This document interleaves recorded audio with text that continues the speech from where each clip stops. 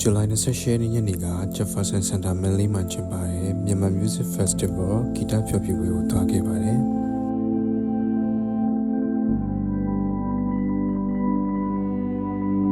နိုင်ဆမ်းမယ်ဆိုလို့ခဏမြင်လာခဲ့ပေမဲ့ Music Workshop ပြီးတဲ့ရက်နဲ့9နာရီခွဲမှာစဖြစ်တယ်။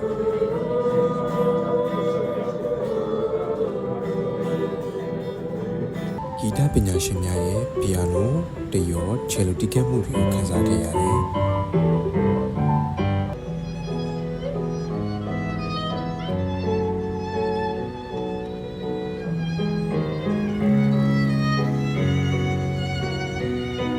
မြန်မာသချင်းတွေကငကနေသချင်းတန်စင်ကိုလည်းနားဆင်ခဲ့ရပါတယ်။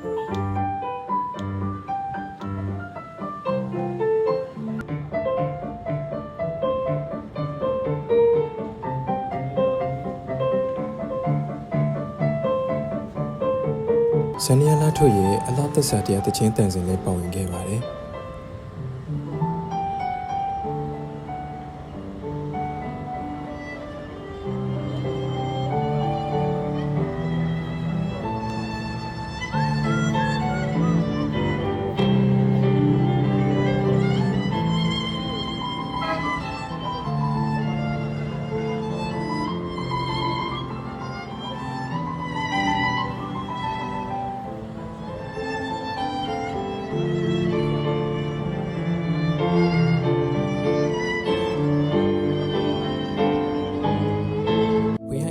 စားစရာနဲ့ကော်ဖီလေးတောက်ရင်ဂီတတန်စင်တွေကိုညင်ညင်လေးစီမျိုးခဲ့ရတဲ့ညနေခင်းမှာ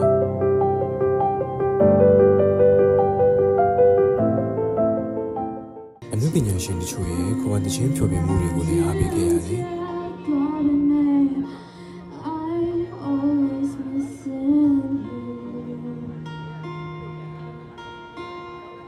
အော်ပရာတီဆိုမှုတွေနဲ့မြန်မာ Music Festival ခွာရအဖွဲ့ရဲ့တန်ပြန်တီဆိုတန်တွေကိုလည်းကြားခဲ့ရပါတယ်။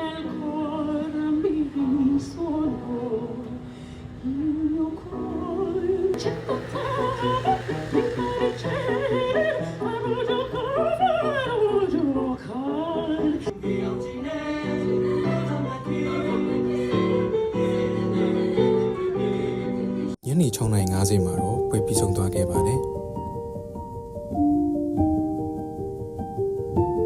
ဝဲပြီးမှာတော့ဖိုးလာနဲ့အတူပမွန်သူဆိုင်မှာလက်ခွိုက်စီစားပြီးအိမ်ပြန်ခဲ့ကြပါတယ်။